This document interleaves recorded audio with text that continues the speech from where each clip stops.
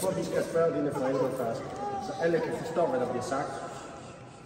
Og først skal vi vide, hvad for et navn du skal få i dag. Skal vi det? Ja, hvilket navn har I bestemt for jeres barn? Olivia. Jeg synes, det er rigtig smukt. Det synes jeg. Og hvad ønsker I af kirken for Olivia?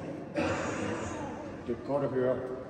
Og når I nu ønsker dåben for Olivia, er I klar over den forpligtelse, I påtager jer, nemlig at I skal opdrage hende i troen, så hun kan elske Gud og sine gæster, således som Kristus har gjort. Jeg har næsten ikke behov for at spørge dig, men du står her allerede. Men det gør jeg alligevel, så vi alle sammen kan høre.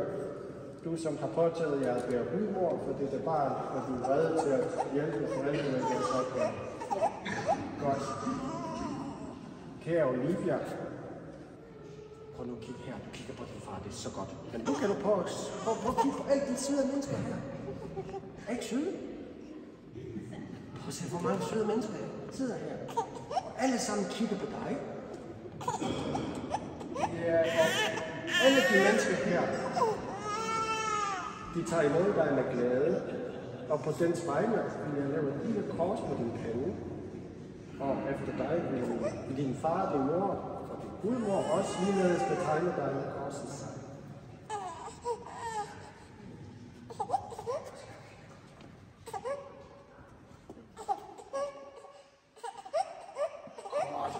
Så tror jeg nok, at du skal finde din plads, så det bliver lidt der. Det hele. Og nu vil jeg gerne helt langt komme med mig op til kirkefronten. Og alle børn, der er her, de må naturligvis også komme med, fordi de skal se, hvad der kommer til at ske deroppe. Og hvis der selvfølgelig er sådan noget voksne, eller gæster, der har lyst til at være med os deroppe, eller også med os. Jeg har tjekket det i dag. Godt, det er vigtigt. Lad os kalde det. Almægtige evige Gud, du har sendt din søn til verden, for at han skulle befri os fra den ondes magt og føre os fra mørket ind i Krigs lys. Vi beder dig løse dette barn fra menneskeslægtens søn og gøre det til dit tempel og Helligåndens bolig med Kristus, vor Herre. Amen. Lad os bede om, at Gud i dåben giver dette barn nyt liv med vand og Helligånd. Og vi svarer alle sammen, vi skal gøre det med den hjælp. Vi skal sige, at vi lover og priser og takker. Barmhjertige far, ved dåbens vand lod du det nye liv bryde frem i dine børn. Vi lover og priser og takker. Ved vand og Helligånd, før du er døbt til mit folk, dele i din søn Jesus Kristus. Vi lover og priser og takker. Du udvide din kærlighedsånd i vores hjerte og skaber os værdig frihed og fred. Vi lover og priser og takker. Du kalder de dømte, de glade at forkynde Kristi evangelium for alle jordens folk. Vi lover og priser og takker. Velsign dette land, som dette barn skal dømmes med. Du har kaldet hende til genfødselsbad i kirkens tro, for at hun må have evigt liv med Kristus, vor Herre. Amen. Gud vil i sin kærlighed give jeres barn nyt liv i Kristus med dåbens sakramenter. Vi skal opdrage hende i den kristne tro, for at dette nye liv må kunne bevares mod synden og fra dag til dag må styrkes.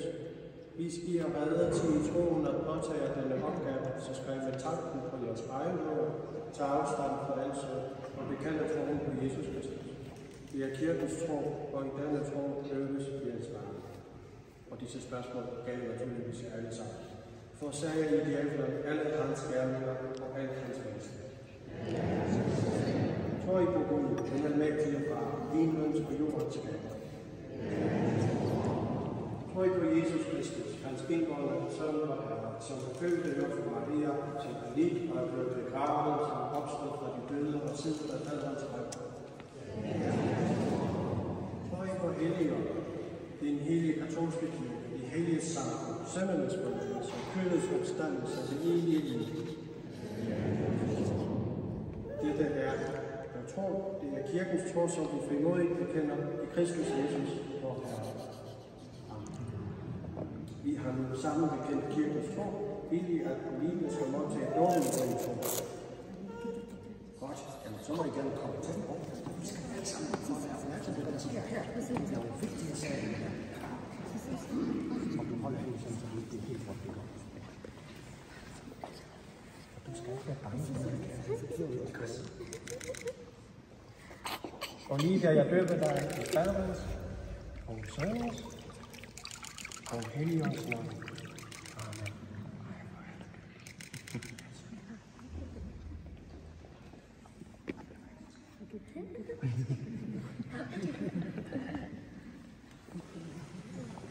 Den almægtige, hvor Herres Jesus Kristus Far, har ydmyget dig for sønden og gennem dig for vand og helligånd.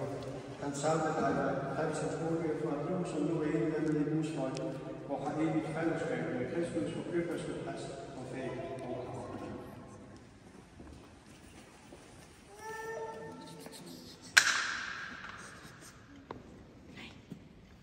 Olivia, du er nu blevet en ny skabning og har iført dig Kristus. En ny glædning skal være et tegn på den værdighed, hvor du jubler i ord og gerne med dine nærmeste, bevarer den uplettet til det evige liv. Altså, du er blevet til en lille prinsesse, så nu skal prinsessen have en kjole på, så vi alle sammen kan se, at du kan komme så meget.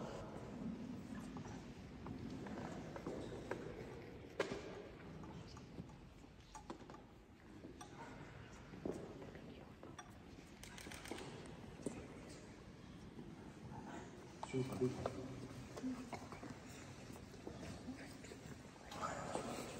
Og det lys skal tændes her.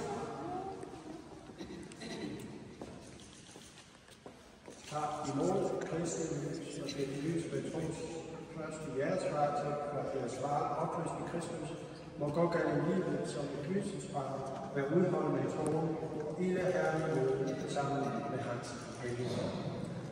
Og så tænker jeg, at vi kan komme frem til at se dig.